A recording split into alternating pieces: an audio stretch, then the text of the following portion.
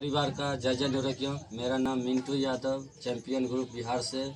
और ये निरोग्यम wellness private limited company का ये नोवा प्लस प्रोडक्ट हम कुछ दिन पहले यहाँ मियारी गांव समस्तीपुर जिला में देने आए थे। ये आज खुद ही इन्हीं से जानते हैं क्या परेशानी था और क्या अभी रिजल्ट आया है। नेहा जी बताइए, कितना दिन से यूज़ कर रहे हैं? 1 महीना से। क्या परेशानी था?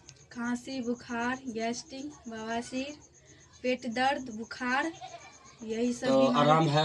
हाँ। ये आपको पूरा वीडियो दुनिया देखेगी। ये आपका क्या मैसेज है, क्या कहना है और लोगों के लिए? खाना चाहिए जी, सभी को खाना चाहिए। नोवा प्लस प्रोडक्ट सभी को खाना चाहिए। Thank you. तो मिलते हैं फिर से एक नेक्स्ट वीडियो के साथ, एक ऐसी रिजल्ट के साथ। तब तक के लिए जय जय निरोग्यम। All the best.